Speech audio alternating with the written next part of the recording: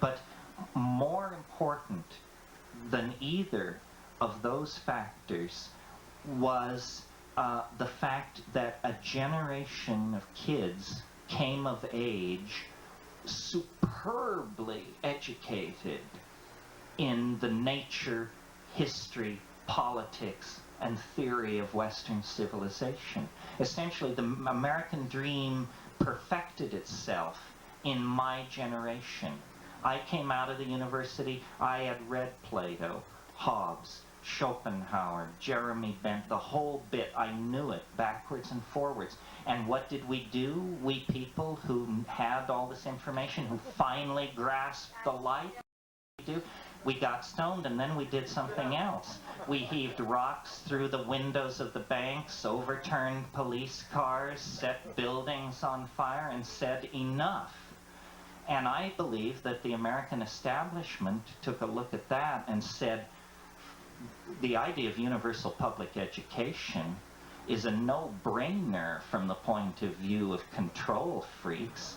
These universities are a nightmare. Let's turn them into trade schools, give everybody an MBA, teach them how to operate a computer keyboard and keep their mouths shut.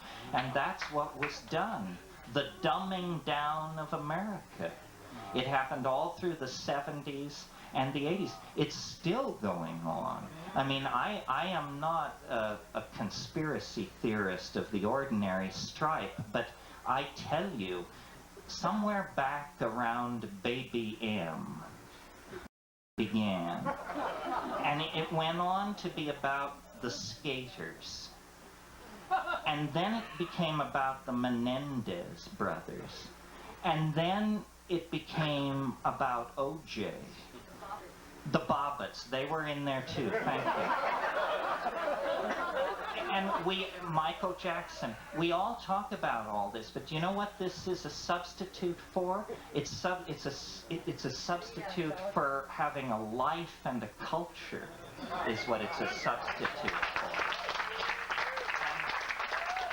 And you may bet that as you worry about the Bobbitts and the Menendez and O.J., really awful things are being done somewhere in the world where your attention is not focused. And this dumbing down of the American public is I think, a really insidious thing, because it's very clear that what's happening is, through these new technologies, a kind of super elite is being created.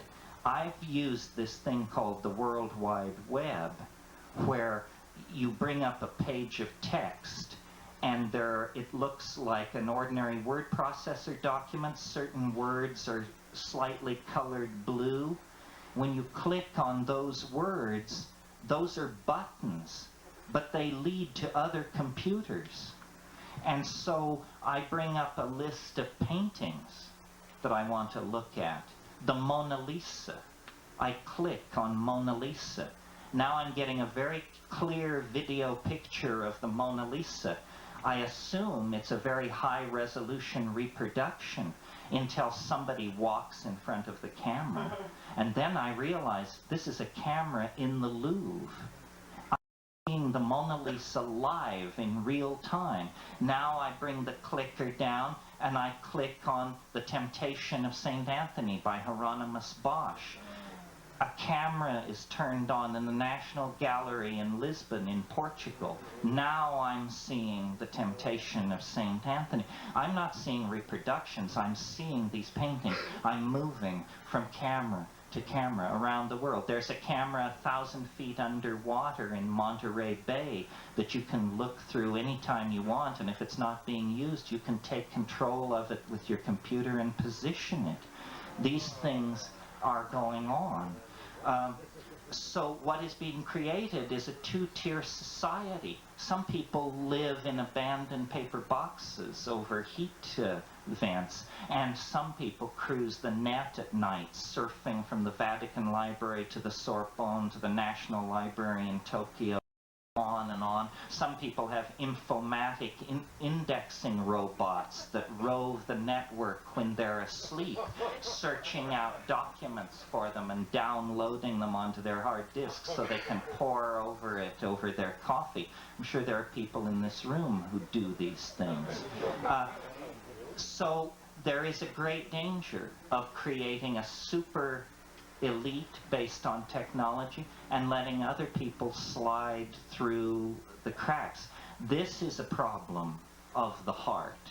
This is a problem of not allowing the momentum of print-created cultural institutions to bleed over into the new world that technology is creating. Another question, yeah, over here. Do you feel that the internet is corruptible? Is the internet corruptible? In other words, candidates that are in control now that you've stated before, do you think that they could wrest control of the web?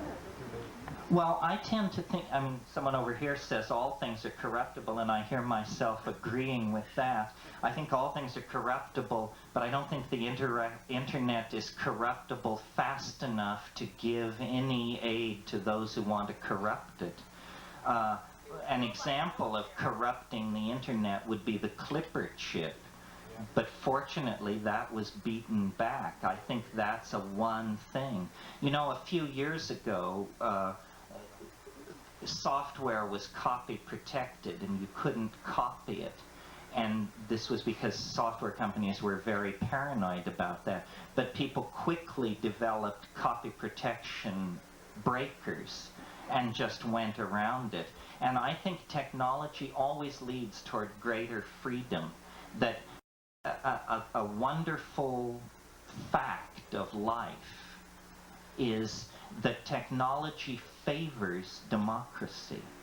And for a long time, I don't think this was true. 1984, for example, George Orwell's dystopia is a nightmarish world where a fascist superstate controls technology. But human beings are just too perverse.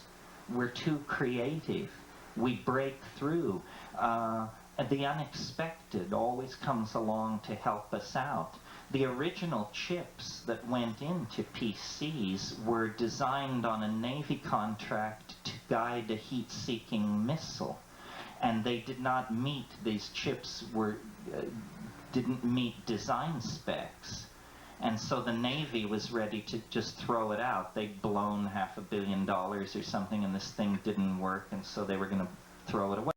And somebody fished it out of the wastebasket and said, well, you know what we could do with this, though? We could make little tiny computers with it. And the Navy said, well, why would we want to make little tiny computers? We have big computers. And they didn't understand. It's not for you, you know. It's not for you. It's for somebody else.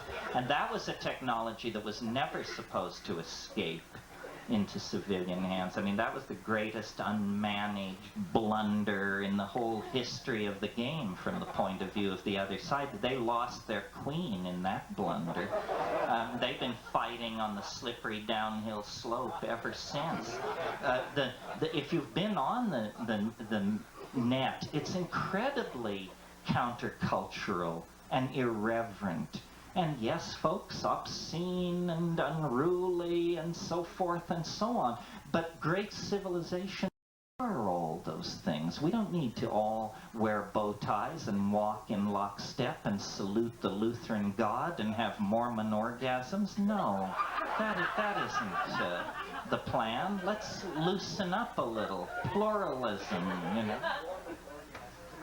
Yes.